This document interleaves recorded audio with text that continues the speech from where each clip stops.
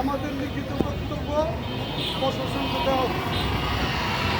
প্রশাসন আজকে যে আলোচনাটা করেছেন সেই আলোচনাটা ইতিপূর্বে সিটি কর্পোরেশন থেকে যে নোটিশ দেওয়া হয়েছে আমরা স্পষ্টভাবে একেবারে পরিষ্কারভাবে আমরা আমাদের বক্তব্য স্মারকলিপির মাধ্যমে আমরা দিয়েছি।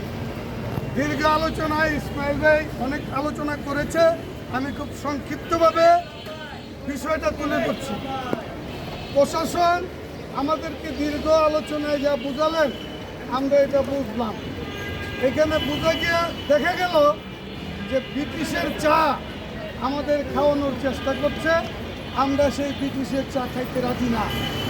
এখন যেই প্রশাসন সিটি কর্পোরেশন থেকে ইতিপূর্বে যেই চাঁদ করেছিল সেই চাঁদের সাথে প্রশাসনের বক্তব্য সাংঘর্ষিক মিল কোনো মিল নাই।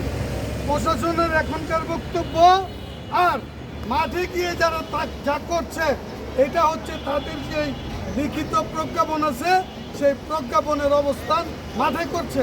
আর এখানে আলোচনায় বসে আলোচনার প্রেক্ষাপটটা ভিন্ন রূপ জনগণকে এইখানে যুক্ত করার জন্য একটি আলোচনা সে উপস্থাপন করেছে। সেই আলোচনা আমরা শুনে জেনে বুঝে আমরা যারা সচেতন নাগরিক আমরা বুঝতে পেরেছি যে এখানে ব্রিটিশের চা খাওয়ানোর একটি পদ্ধতি বিনামূল্যে পদ্ধতি গ্রহণ করছেন। এই চা খাওয়াইয়া পরে আমাদেরকে পরে পাড়া দিয়া সস্তা খাওয়াইয়া বস্তা ভরবে। সেই জায়গায় আমরা এই প্রশাসনের এই আলোচনা আমরা প্রত্যাখ্যান করেছি। আগামী শনিবার যেহেতু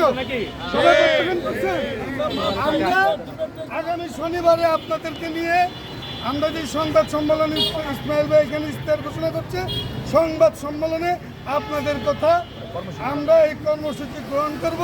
এই কর্মসূচি বৃহদাকার হতে পারে, হয়তোবা বর্তমান সরকারের প্রথম ধর্মঘট অথবা হরতালে পরিণত হতে ফলে আমরা প্রশাসনকে হুঁশিয়ার করে দিতে চাই, আপনারা সিটিবাসীর অনৈতিক কাজ অনৈতিকভাবে সিটিবাসীর মধ্যে আপনারা কোনো অনৈতিক কর্মকাণ্ডে চাপিয়ে দিবেন না।